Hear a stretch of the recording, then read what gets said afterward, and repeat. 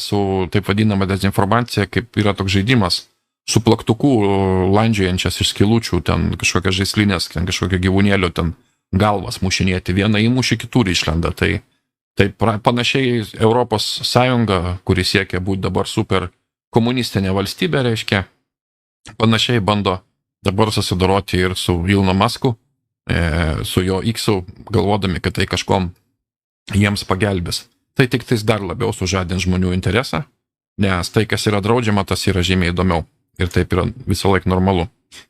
Tuo tarpu Bidonas pasmerkė mediją dėl ekonomikos. Prieš kelias dienas jam buvo pasakyta, koks tavo požiūris, koks jūsų požiūris į ekonomiką sekančiais metais. Užduotas jam buvo klausimas, reporteris paklausė. 81 metų šito žmogaus šeštadienį, kai jisai, gal ne žmogaus, gal čia net ne žmogus, kai jisai paliko Baltuosius rūmus tam, kad praleisti Kalėdas Camp Davide. Reiškia, jis gerai, jis normaliai, jis leidžia Camp Davide, paskui išvažiavo ten kažkokiam pabulimį vėl pamiegoti, reiškia, o tuo tarpu visiškas krachas Jungtinėse valstijose visais aspektais įmanomais, Bidono vėl nėra, jis vėl atostogauja, reiškia. Jis atsakė, viskas gerai, reiškia. Ir pažvelkite, ir pradėkite teisingai raportuoti apie tai. Medija, matot, apie tai teisingai neraportuoja, nes jeigu teisingai raportuotų, tai visa ekonomika būtų viskas tvarkoj. Reiškia, iki šitokio marazmo yra daryta, absoliutaus visiško marazmo. Na ir pirmą kartą Jungtinių valstijų istorijoje skola patapo jau 33,9 trilijono. Na tai jau praktiškai 40 trilijonų, o jeigu dar žiūrėti neoficialiai, tai čia įtariu, kad jau ir 100 trilijonų. Reiškia, ir čia jau turbūt visiems aišku, kad šitas ekonominis modelis, centrinio banko visa sistema yra pasmerkta, kad ir kas ką besakytų, kad ir kas ką bedarytų. Ir tai yra daroma vėlgi tyčia. Aš šiandien į ekonomiką per daug nesiplėsiu, nes yra daugybė kitų naujienų ir be to štai tokie skaičiai ir, kaip sakant, ir jo pozicijos ir tai, kas vyksta, tai panašu, kad apie ekonomiką jau jums davė suprasti viską, ką reikėjo. O štai bankai uždarinėja savo tūkstančius atšakų ir pardavėjai uždarinėja tūkstančius parduotuvių. Gruodžio 27 dienos straipsnis. Jungtinių valstijų bankai uždarė virš 2000 atšakų, reiškia savo, kaip sakant, skyrių tarp sausio ir spalio, pasak Standard & Poor, globalios rinkos žvalgybos. Amerikos bankas, kaip sakant, uždarė savo apie 20 atšakų ir bankomatų, pasak naujų dokumentų gautų. Reiškia, paskiau, kas čia dar. Financial Times raportuoja apie 20 iš pasaulio didžiausių bankų sumažinusių 62 beveik tūkstančius darbų 2023 metais. Tai yra, reiškia, per didžiąją krizę buvo 140 tūkstančių. Tai dabar per vienus metus, čia net jie dar sako, kad nėra net krizės. Jie dabar čia dar infliacija atseit pažaboja, taigi viskas klesti, taigi ekonomikų viskas gerai. Bet jau, kaip sakant, eina į tą pusę ir jau uždarinėjami yra bankai, atleidžiami darbai, su kuom lieka pasveikinti, reiškia, tuos darbuotojus, kurie juose dirbo, tuose bankuose, jūs taip pat esate nebereikalingi. Paskiau kas dar? Daugybė visokiausių kompanijų, reiškia, daugybė prekybininkų, pavyzdžiui, uždarė beveik 3000 lokacijų 2023 metais, ar ne? Onlininiai arba internetinė prekyba taip pat miršta ir užsidarinėja internetinės prekybos parduotuvės. Nauja studija rodo, kad 3, ne šitas, čia jau nebe apie tai. Esmė yra tokia, reiškia, kad viskas užsidarinėja, viskas lėtėja, bankininkai savo skyrius uždarinėja, grinų pinigų išsigrinimo vietas naikina, parduotuvės naikina, reiškia, visą prekybą naikina, tiekimo tinklus naikina, nes matome didįjį perkrovimą veiksme. Great reset, reiškia. Tai yra daroma mums prieš akis, tikslingai, tam, kad kai viską sugriaus, mes paprašytumėm CBDC ir išgelbėjimo iš valdžios. Kokie jie yra naivūs? Kokie jie yra suknistai naivūs, šitaip elgdamiesi. Bet yra kaip yra.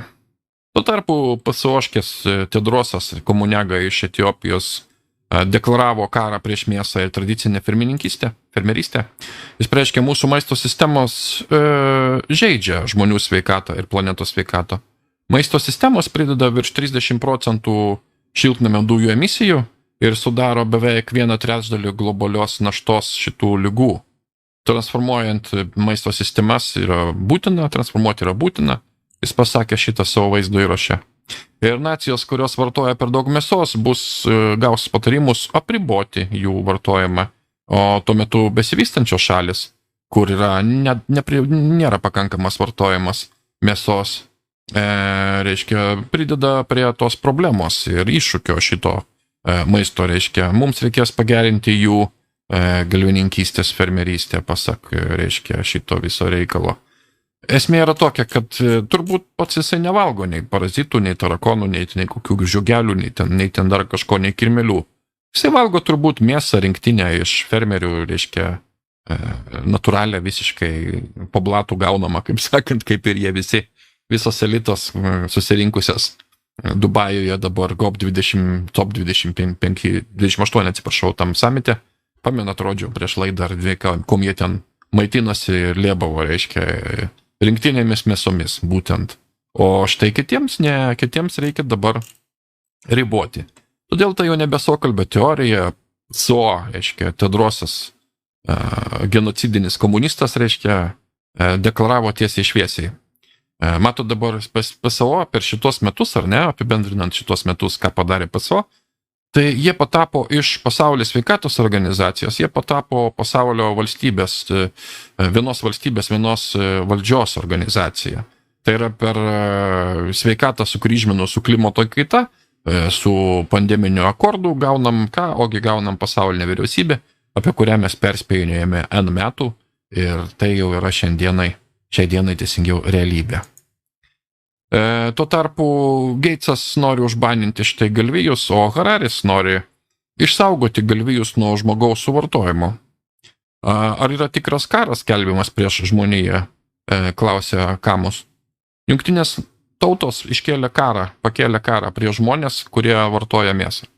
Jungtinių tautų aplinkosaugos programa pozicionavo mūsų gyvūnų suvartojimas kaip maisto produkcijos technologija privedė mus prie katastrofos slenksčio, įvardindami mėsą pasaulio pačia skubiausia problema, ir tada mes gauname tokius vaizdo įrašus kaip čia.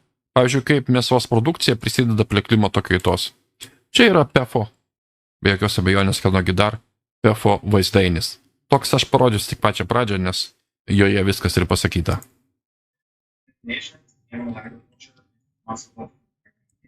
Labai atsiprašau, kodėl nėra garso, to įsitvarkysim.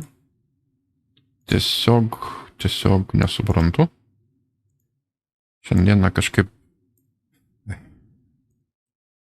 According to the United Nations, animal agriculture is responsible for nearly 15% of the global greenhouse gas emissions. Na, ten sakė 30% VEFas ar ne VEFas šitas PSO, o VEFas sako, kad 15% beveik, bet čia nesvarbu. That's more emissions than all cars, planes, trains. Tai yra, sako, daugiau emisijų negu visi automobiliai, visi lėktuvai, reiškia, traukiniai ir laivai sukombinavus išmeta. Jis nieko nesako apie vulkanus, kurie sudaro 95% CO2 išmetimo į atmosferą. Boats combined.